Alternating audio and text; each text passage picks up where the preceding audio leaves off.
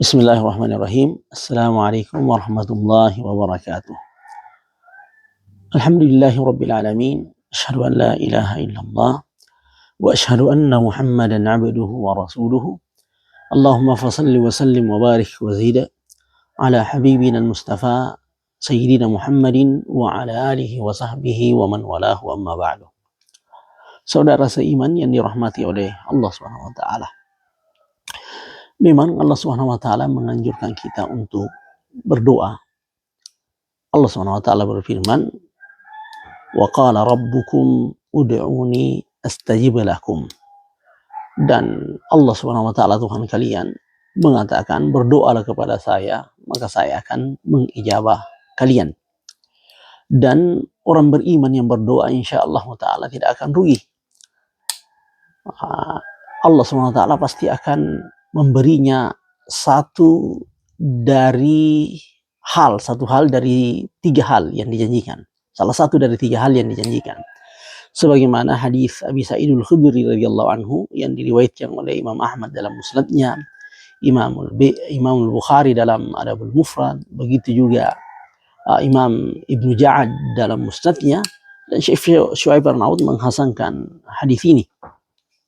An Abi Sa'id al-Khudri radhiyallahu anhu anna Nabiy sallallahu alaihi wasallam qala ma min muslimin yad'u laysa fihi ismun wala qati'atu rahimin illa a'tahu iyyahu ihda thalathin.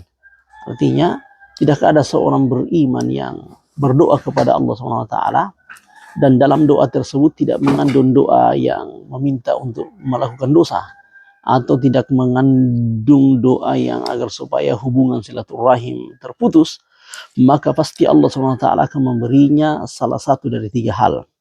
Yang pertama, imma ayyu'ajjila lahu da'watahu. Kemungkinan pertama, Allah SWT akan mengabulkan doanya segera. Artinya segera akan dikabulkan oleh Allah SWT doanya di dunia ini. Itu kemungkinan pertama apabila kita berdoa. Kemungkinan kedua, wa imma ayyadakhiraha lahu fil akhirah. Mungkin Allah SWT tidak memberikan apa yang diinginkan di dunia ini, akan tetapi Allah SWT akan menyimpan doa tersebut dan menjadikannya pahala yang luar biasa di akhirat. Itu kemungkinan kedua. Kemungkinan ketiga, wa imma ayyusrafa anhu minas su'i mislaha. Kemungkinan yang ketiga adalah doa tersebut Allah SWT akan menjadikan sebab sehingga dia dihilangkan dari dia atau dialihkan dari dia keburukan yang akan menimpanya. Jadi contohnya seseorang berdoa contohnya agar supaya mendapatkan harta atau mendapatkan jabatan, Allah tidak memberinya permintaan tersebut, akan tetapi doa tersebut sebab sehingga Allah SWT menjauhkan anaknya contohnya dari penyakit yang buruk atau menjauhkan dirinya dari kerugian harta atau kebakaran dan lain sebagainya. Itu dia. Jadi orang beriman tidak akan pernah salah untuk berdoa karena pasti akan mendapatkan salah satu dari tiga hal sesuai dengan hadis ini. Yang pertama, Allah SWT mungkin akan mengijabah doanya, memberikan apa yang diminta. Yang kedua, mungkin tidak diijabah, akan tetapi doa tersebut akan menjadi pahala yang besar di akhirat. Yang ketiga, mungkin doa tersebut akan menjadi sebab sehingga dia dijauhkan daripada keburukan. Salah satu hadis, ada suatu hadis yang menganjurkan ya barangkali kita untuk berdoa di hari Rabu. Hadisnya tersebut adalah hadis diriwayatkan oleh Imam Ahmad juga dalam musnadnya dari hadis Jabir bin Abdullah radhiyallahu anhu. Bunyi hadis seperti ini. An Jabirin radhiyallahu anhu qala, dia berkata, anna Nabiyya sallallahu alaihi wasallam da'a fil Masjidil Fath thalathan. Bahwasanya Nabi sallallahu alaihi wasallam berdoa di Masjidil Fath di Madinah 3 kali. Yaumul Itsnain, pada hari Senin, wa yaumul Tsulatsa'i, dan juga pada hari Selasa, wa yaumul Arbi'i, dan juga pada hari Rabu. Lalu dikatakan di situ, fastujiba lahu yaumal arbi'i, maka Allah SWT mengijabah doanya di hari Rabu. Fa'urifa al-bishru fi wajhihi, dan diketahui kegembiraan di wajah Nabi Muhammad sallallahu alaihi wasallam. Jadi di hari Rabu, jadi berdoa di hari Senin di Masjidil Fath, begitu juga hari Selasa dan di hari Rabu, dan Allah SWT mengijabah doanya di hari Rabu. Jabir bin Abdullah radhiyallahu anhu yang meriwayatkan hadis ini, sahabat ini, beliau mengatakan, "Falam yanzil bi amrun muhimmun ghalidhun illa tawakhaitu tilka sa'ata fa'adu fiha fa'ariful ijabata."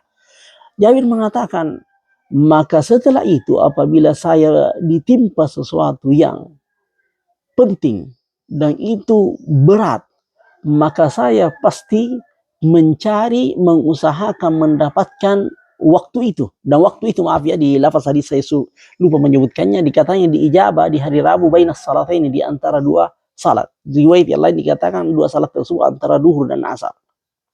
Jabir, kembali kepada Jabir, jadi Jabir radhiyallahu anhu mengatakan, apabila saya ditimpa sesuatu yang berat dan itu sangat penting, maka saya mengusahakan mendapatkan waktu itu, yaitu duhur dan asar.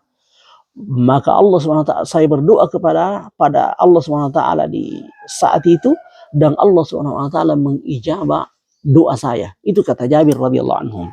Saudara seiman yang dirahmati oleh Allah, ini hadis di Musnad Ahmad bin Hanbal.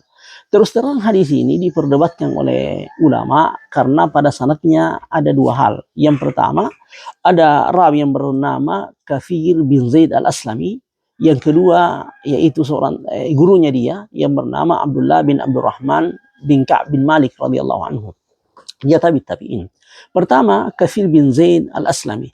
Kathir bin Zaid al-Aslami, betul, Imam An-Nasai mendhaifkannya, Imam Abu Hatim mendhaifkannya dengan kedhaifan yang ringan. Makanya Abu Hatim Ar-Razi beliau mengatakan dalam bukunya Jarh wa Ta'dil, salihun laisa bil qawi yuktabu hadithu. Dia orang yang saleh dan tidak kuat hafalannya, kedabitannya, namun hadisnya tetap ditulis, jadi tidak diabaikan hadisnya. Namun beberapa ulama mentakwilkan dia. Cukuplah contohnya ketika Imam Al-Haythami mengatakan, ketika setelah meriwayatkan hadis ini, beliau mengatakan ruwatuhu thiqat, akhrajahu Ahmad, diriwayatkan oleh Imam Ahmad, dan para rawinya adalah thiqah. Artinya beliau mengklaim thiqahnya ini, thiqahnya Kathir bin Zaid al-Aslami. Yang menthikakannya juga di sebagaimana dalam buku Tahdzibut Tahdzib karya Imam Ibnu Hajar al-Asqalani, namanya Ibnu Ammar al-Mausili. Itu menthikakannya juga. Jadi dua yang menthikakannya. Yang selanjutnya Imam Ahmad bin Hanbal. Imam Ahmad bin Hanbal mengatakan la ba'sa bihi, tidak mengapa dia orangnya. Begitu juga Abu Zur Ar-Razi. Abu Zur Ar-Razi mengatakan sadukun fihi layyinun atau fihi linun. Dia saduk, namun ada kelemahan padanya, dan ini adalah hadisnya hasan apabila demikian. Dan itu yang dibenarkan oleh Imam Ibnu Hajar al-Asqalani rahmatullah alaihi dalam bukunya Taqribut Tahdzib, ketika setelah menyebutkan pendapat ulama dalam hal ini, dalam Kathir bin Zaid, terhadap Kathir bin Zaid ragam pendapat ulama, beliau menyimpulkan dalam Taqribut Tahdzib mengatakan sadukun sayyi'ul hifzi, dia adalah saduk akan tetapi ringan hafalannya, hafalannya tidak baik. Derajat ini dalam Taqribut Tahdzib itu adalah insyaallah adalah hadisnya hasan. Jadi beberapa ulama saya tahu ya, beberapa ulama mengatakan apabila dikatakan sadukun sayyi'ul hifz, dia mengatakan itu hadisnya dhaif. Enggak, itu hasan. Buktinya Ibnu Hajar menempatkannya pada derajat yang kelima. Derajat yang kelima di bawah saduk. Dan derajat yang lemah hadisnya, kelemahan yang membutuhkan agar supaya ada mutabi'nya, itu derajat ke-6. Ketika Ibnu Hajar mengatakan, siapa itu? Rawi yang tidak banyak hadisnya, qalilul hadis, walam yathbut anhu hadithum, dan tidak terdapat pada hadisnya sesuatu yang membuat kita meninggalkan hadisnya. Dan mereka yang dikatakan Ibnu Hajar bahwa makbulun haitsu yutaba, dia ini makbul ketika mendapatkan mutabi'nya. Jadi ini wa illa falayun, kalau tidak ada mutabi'nya maka lemah. Jadi itu derajat yang bawah, derajat ke-6 yang butuh mutabi untuk menghasankan hadisnya. Sedangkan ini yang di atasnya. Itu artinya apa? Lebih dari itu. Artinya hadisnya insyaallah ta'ala hadis hasan. Oleh karena itu Imam Ibnu Hajar al-Asqalani rahmatullah alaihi rahmatan wasi'atan, pada beberapa sumber bukunya, contohnya pada pada Taghliq ya, beliau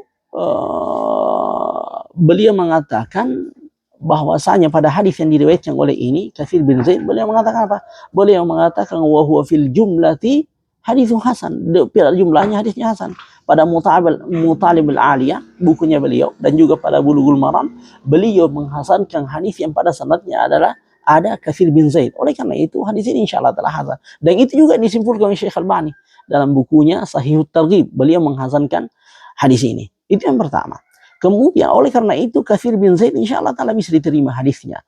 Begitu juga gurunya Abdullah bin Abdurrahman bin Ka'ab bin Malik ya radhiyallahu anhu.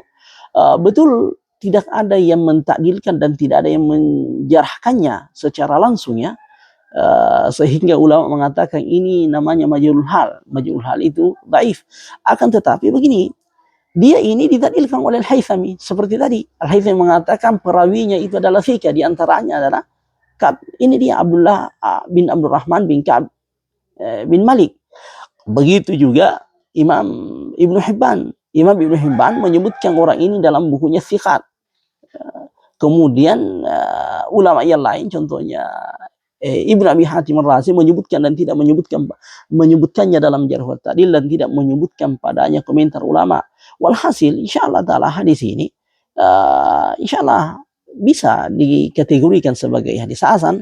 Oleh karena itu Imam Ibnu Taimiyah rahmatullah alaihi rahmatan wasi'atan dalam bukunya Iqtida' Shiratal Mustaqim, beliau mengatakan wa hadzal haditsu ya'malu bihi ta'ifatun min ashabina wa ghairuhu. Hadis ini diamalkan oleh sahabat kami dan yang selainnya. Cuma itu beliau menekankan terakhir, dan tidak ada di antara mereka yang mengatakan yang dianjurkan adalah berdoa di Masjid Fathanya.